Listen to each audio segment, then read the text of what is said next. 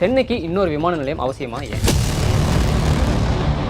இப்போ இந்த நிலம் கையகப்படுத்த போகும்போது மக்கள் தெரிஞ்சுக்க வேண்டிய விஷயங்கள் என்ன, கவர்மெண்ட் ஃபாலோ பண்ண வேண்டிய விஷயங்கள் என்ன, சட்ட உரிமைகள் என்ன? இப்போ அந்த இடத்துல பரந்தூர் விமான நிலையம் கொண்டு வர்றதுனால அங்கே மக்களுக்கு வாழ்வாதாரங்கள் என்ன மாதிரி பாதிக்கப்படுது, சுற்றுச்சூழல் சீர்கேடுகள் என்னென்ன மாதிரி நடக்க வாய்ப்பு இருக்குது, 12 கிராமங்கள்லாம் அழிய வாய்ப்பு இருக்குன்னு சொல்கிறாங்க.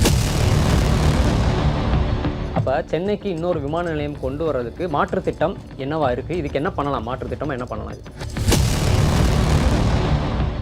சார், இப்போ பரந்தூர் விமான நிலைய திட்டத்தில் அந்த மக்கள் ஏன் எதிர்க்கிறாங்க, அதில் என்ன ப்ளஸ் இருக்குது மைனஸ் இருக்குது அப்படிங்கிறத பார்க்குறதுக்கு முன்னாடி சென்னைக்கு இன்னொரு விமான நிலையம் அவசியமா ஏன்? நிச்சயமாக தேவையில்லை. இப்போ சென்னை தமிழ்நாட்டை பொறுத்த வரைக்கும் பார்த்திங்கன்னா நமக்கு ஏறத்தாழ 3 இன்டர்நேஷ்னல் ஏர்போர்ட்ஸ் அப்படிங்கிறது இருக்குது. 4வதாக மதுரையும் இன்டர்நேஷ்னல் ஏர்போர்ட்டாக மாற்றணும் அப்படின்னு கேட்குறாங்க. ஸோ இவ்வளோ அதிகமான இன்டர்நேஷ்னல் ஏர்போர்ட்ஸ் ஏறத்தாழ 10 ஏர்போர்ட்ஸ் நமக்கு இங்கே தமிழ்நாட்டில் ஒட்டுமொத்தமாக இருக்குது. ஏற்கனவே இருக்கக்கூடிய இந்த சென்னை விமான நிலையம் அப்படிங்கிறது அதை எக்ஸ்பேண்ட் பண்ணிவிட்டு இன்றைக்கி பார்த்திங்கன்னா வருஷத்துக்கு 1.5 கோடி மக்கள் அதில் போய் வருவதற்கான வசதியோடு அது விரிவாக்கம் செய்யப்பட்டுள்ளது.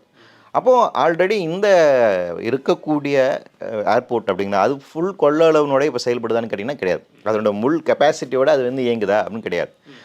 அது ஏன்னா 1.5 crores அப்படிங்கிறது வருஷந்தோறும் வரல, அந்தளவுக்கு வரல.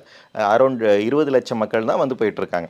இதுதான் இருக்குது. அப்போ எதிர்காலத்துக்குமே இன்றைக்கி தேவைப்பட்ட அளவுக்கு போதுமான இடமாக தான் அந்த விமான நிலையம் அப்படிங்கிறது அமைந்திருக்கு. அப்படி இருக்கின்ற பட்சத்தில் புதிய விமான நிலையம் அப்படிங்கிறது சென்னைக்கு அருகாமையில் நிச்சயமாக தேவையில்லை.